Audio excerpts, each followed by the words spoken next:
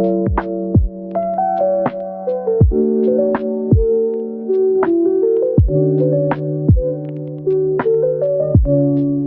meus amores! Estamos aqui de volta para mais um vídeo do canal e hoje vamos falar sobre um assunto intrigante. Será que tudo que acontece na nossa vida que dá errado foi a vontade de Deus?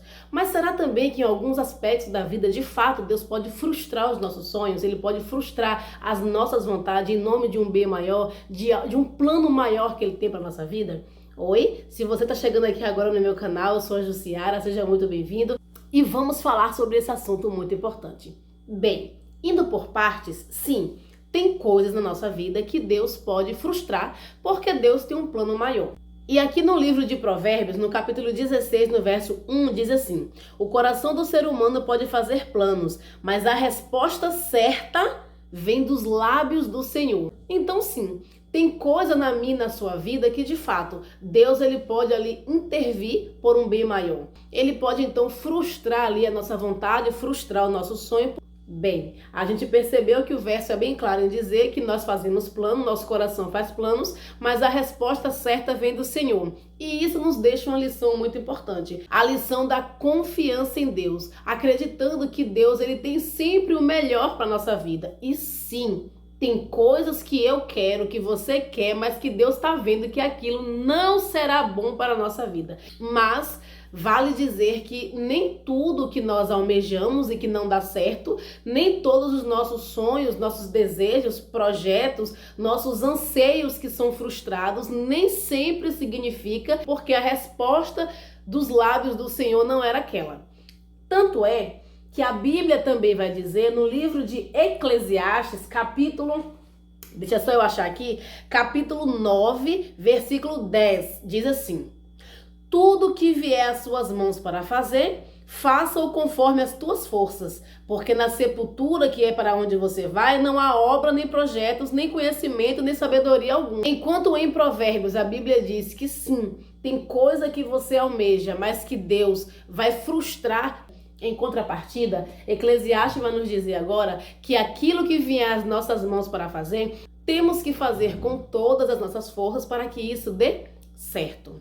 E sabe, nós temos uma tendência muito grande a tudo correlacionar com Deus. Se aquele emprego você não consegue, foi da vontade de Deus. Se não passa na faculdade, foi da vontade de Deus. Se fica doente, foi da vontade de Deus. Se teve um divórcio, foi da vontade de Deus. Então, a gente tem o hábito de tudo de ruim na nossa vida, nós temos uma tendência a querer correlacionar com o querer de Deus. E a gente acredita que aquilo foi a vontade de Deus para nossa vida. Mas espera, calma, nem sempre é assim. Às vezes, possa ser que nós não estamos empregando uma força suficiente para que aquilo se realize. Eu vou dar um exemplo. Por exemplo, o divórcio. Vou usar aqui o divórcio como exemplo. Meu marido me largou porque foi da vontade de Deus. Minha esposa me largou porque foi da vontade de Deus. Será? Será que se esse casal parasse para analisar um pouco o seu comportamento dentro daquele matrimônio, será que não iria perceber que esse divórcio ocorreu por negligência? Será que se houvesse algumas correções dentro dessa relação, esse casamento não teria sido salvo? Outra coisa também que muitos de nós temos uma tendência a querer correlacionar a vontade de Deus diz respeito à nossa saúde. Muitas e muitas vezes nós temos aquela tendência de dizer assim: Deus está me provando com essa enfermidade, é uma provação de Deus, quando que na verdade foi uma negligência sua com o próprio corpo, uma negligência minha com o próprio corpo. Às vezes eu não cumpri as leis da saúde, aquilo que a ciência, que a medicina está aí batendo na nossa cara o tempo todo, que é o meu dever como ser humano para que eu tenha uma vida com qualidade, uma saúde com qualidade, que eu chegue numa velhice com qualidade.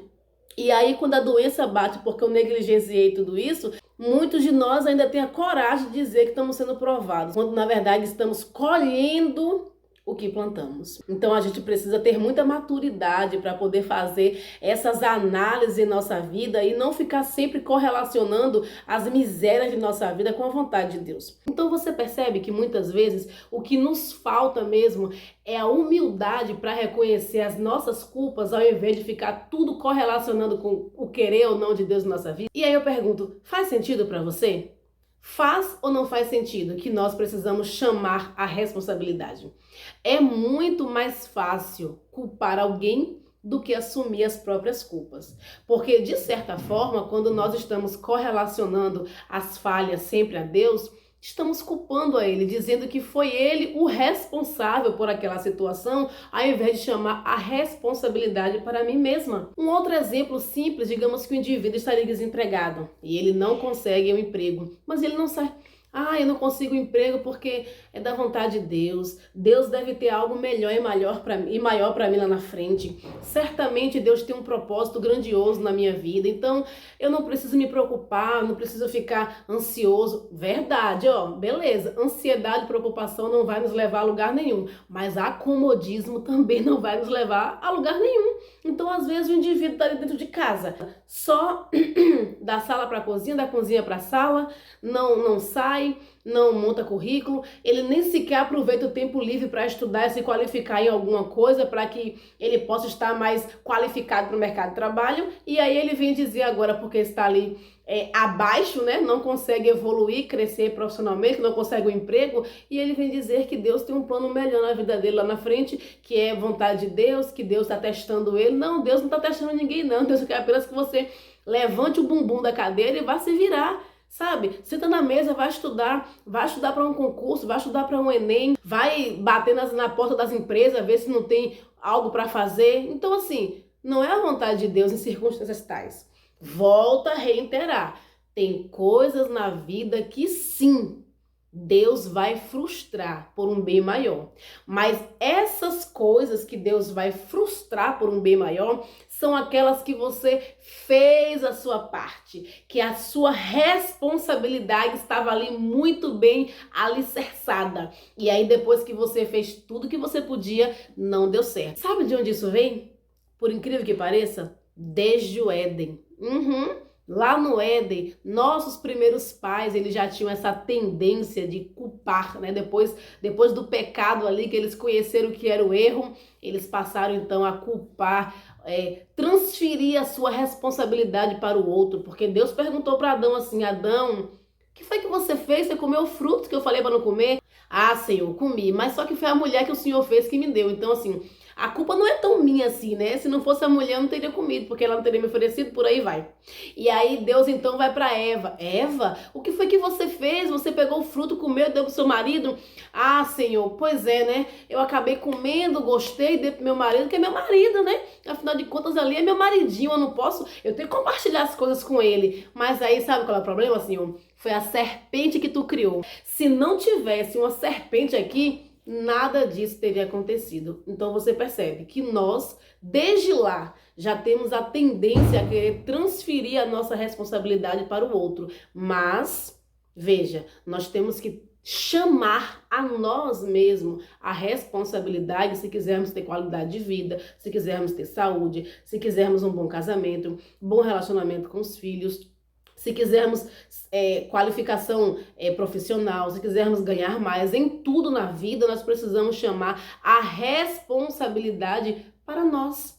Parar, pensar e dizer assim, não, pera ainda, em tudo isso aqui que está dando sempre errado, eu tô batendo cabeça aqui, eu tô doente, eu não tô bem, meu casamento tá por um fio, meu relacionamento com os meus filhos não anda bem, minha vida profissional e financeira tá uma miséria. Pera, calma, o que eu posso fazer? Em que eu posso trazer a responsabilidade? Aonde está ali a minha parte que está sendo negligenciada e por isso as coisas estão tomando esse rumo tão difícil, tão doloroso? Aonde está a minha responsabilidade? E sabe qual é a lição que nós aprendemos hoje? Nós aprendemos que precisamos ser racionais. É uma frase que eu gosto muito de utilizar, é a racionalidade.